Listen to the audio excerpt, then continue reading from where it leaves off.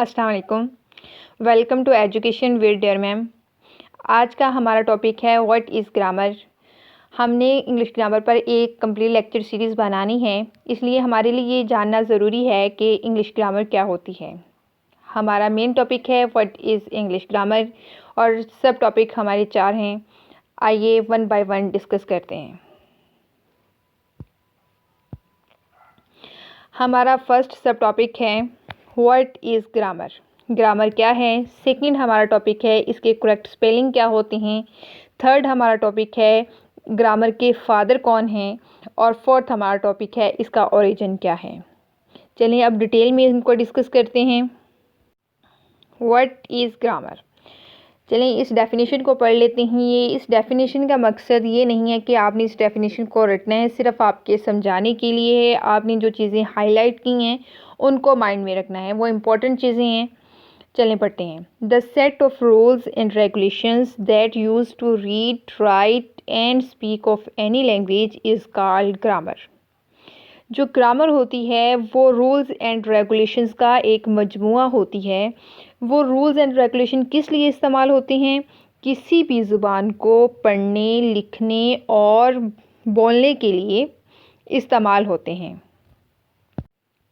अब हमारे जहन में ये सवाल आता है कि हमें इंग्लिश ग्रामर के जो रूल्स एंड रेगुलेशन होते हैं उन पर इतना फोकस क्यों करना पड़ता है। जो हमारी दूसरी लैंग्वेज होती हैं, उर्दू लगा लें, हिंदी, अरबी, फ़ारसी, जो भी जिनको हम जानते होते हैं उनके पर हमें इतना फोकस क्यों नहीं करना पड़ता।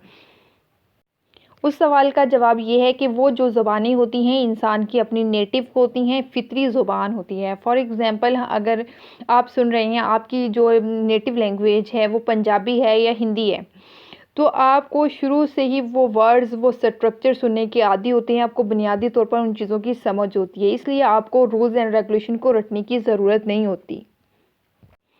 फॉर एग्ज़ाम्पल उर्दू होती है, उर्दू ज़ुबान है, इसकी भी एक कंप्लीट ग्रामर होती है,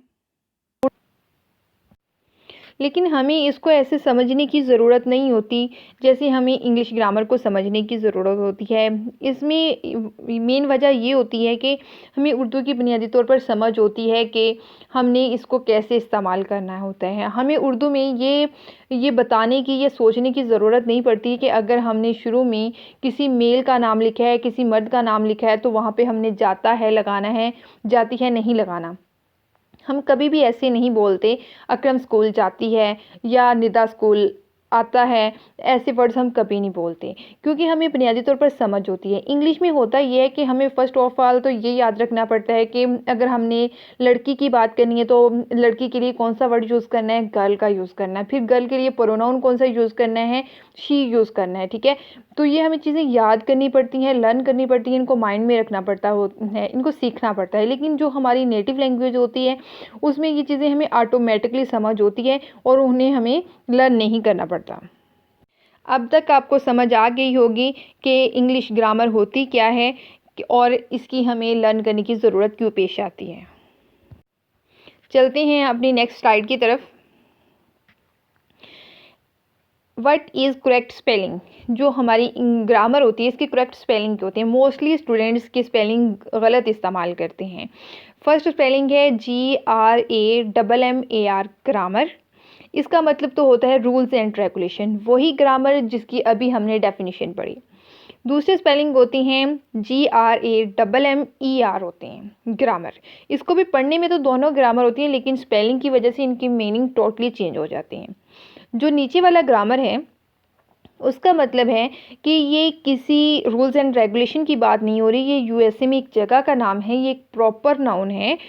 जब भी हमने इंग्लिश ग्रामर की बात करनी है तो हमने कौन से स्पेलिंग यूज़ करने हैं, हमने ऊपर वाले जो स्पेलिंग है वो वाले यूज़ करने हैं। कौन से स्पेलिंग यूज़ करने हैं, हमने ये वाले स्पेलिंग यूज़ करने हैं। व्हाट इज़ ग्रामर के लिए हम कौन सी स्पेलिंग यूज़ करने हैं, ये वाले ग्रामर। इनको माइंड में हमेशा रखना है हमने। हमारा फोर्थ टॉपिक है व्हाट इज़ ओरिजिन, इसका ओरिजिन क्या है? आखिर ग्रामर का वर्ड निकला कहाँ से है? हमें किसी भी चीज़ को तह तक जानने के लिए ज़रूरी होती है कि वो कहाँ से चीज़ शुरू हुई, ये जानना हमारे लिए बहुत ज़रूरी होती है। ये ग्रामर का वर्ड डायरेक्ट ग्रामर नहीं बन गया, ये आहिस्ता-आहिस्ता इसने इम्प्रूवमेंट की, फिर ग्रामर करा। जैसे हमारे लगा लें कि कंप्यूटर है, जो कंप्यूटर जब पहले बना वो कैसा था, फिर इसमें इम्प्रूवमेंट होती गई, तो वो छोटे से छोटा और इम्प्रूवमेंट होती गई। इसी तरह ग्रामर का वर्ड है। जो ग्रामर का वर्ड है वो यूनानी ज़ुबान के लफ़्ज़ ग्रामाटिकाई तखने से आया है, जिसका मतलब है आर्ट ऑफ लेटर। जिसका क्या मतलब है? Art of letter. Art of letter क्या मतलब है? लफ्ज़ों को इस्तेमाल करने का आर्ट।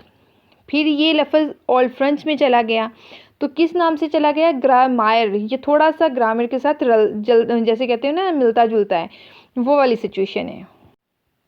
जब अंग्रेज़ी ज़ुबान बैनुल अक़वामी ज़ुबान बन गई तो इस लफ़्ज़ ने कई ज़ुबानों में अपनी जगह बना ली।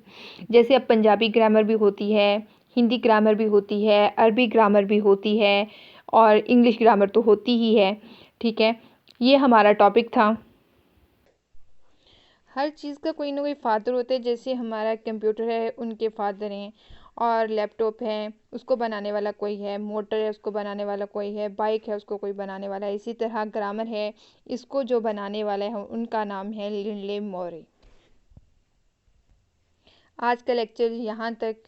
करते हैं अपने लेक्चर का इख्तिताम एक अच्छी बात के साथ।